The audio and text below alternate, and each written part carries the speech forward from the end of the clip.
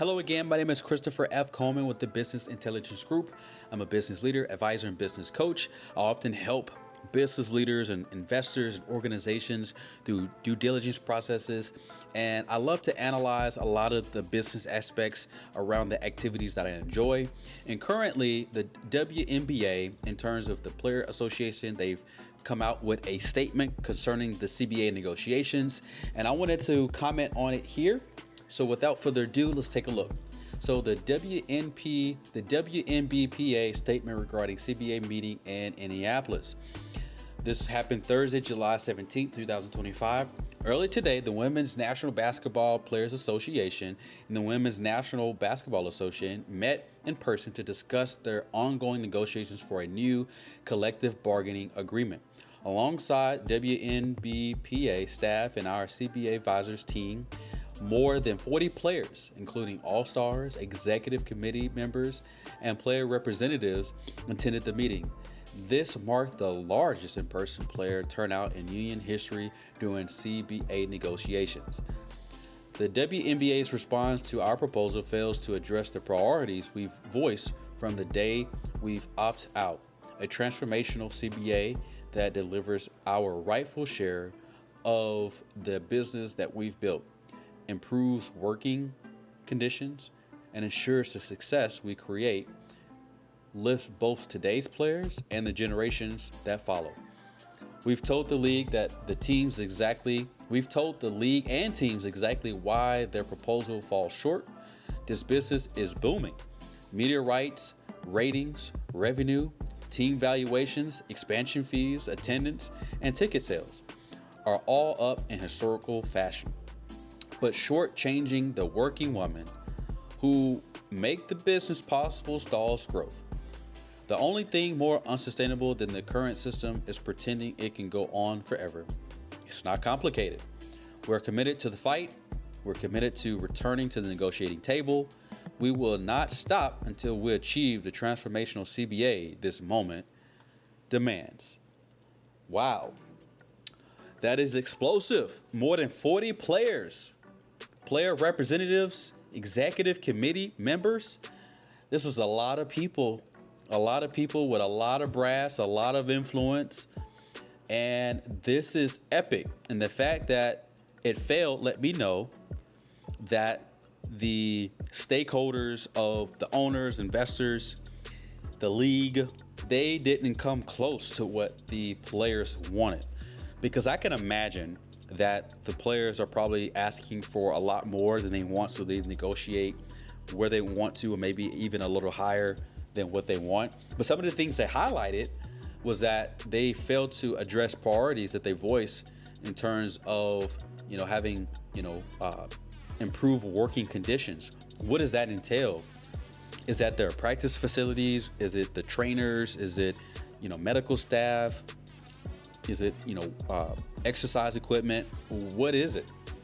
I do recognize that a lot of teams that are coming in through the franchising, they are located with NBA teams. Now, the NBA owns 42% of the WNBA, which makes a lot of sense in terms of why it is difficult to negotiate deals where players make a lot of money, because the NBA owns a large portion of it.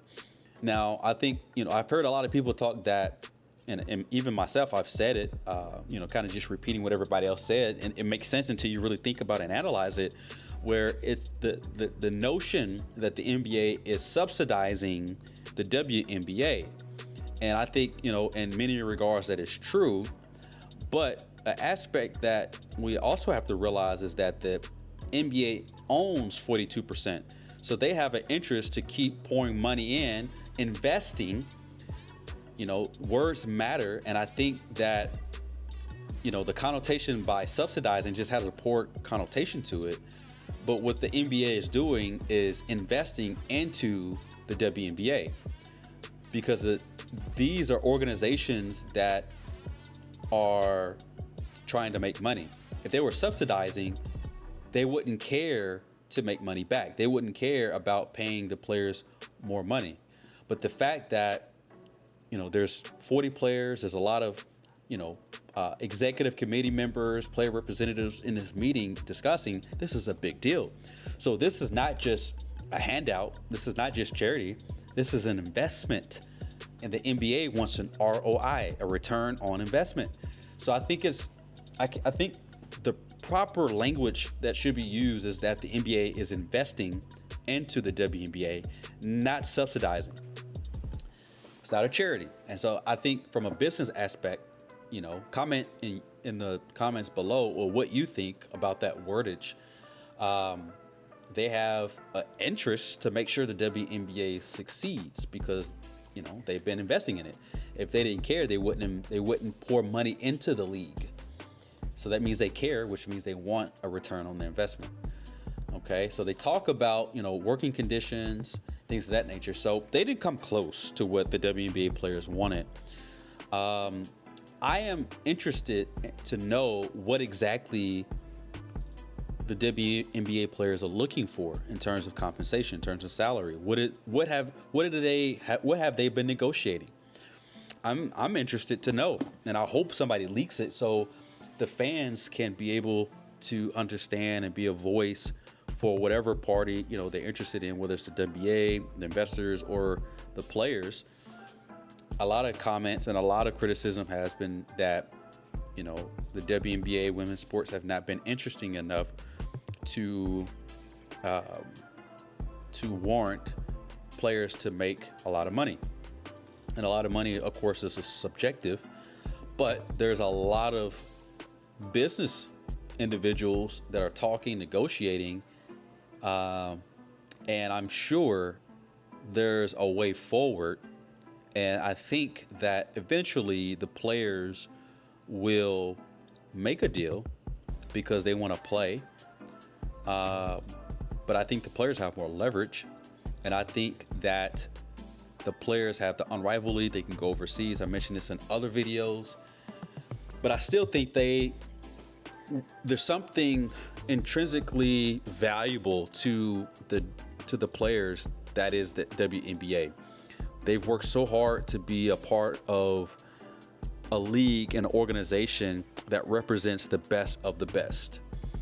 And regardless of the pay, I think players will continue to play in the WNBA for that fact.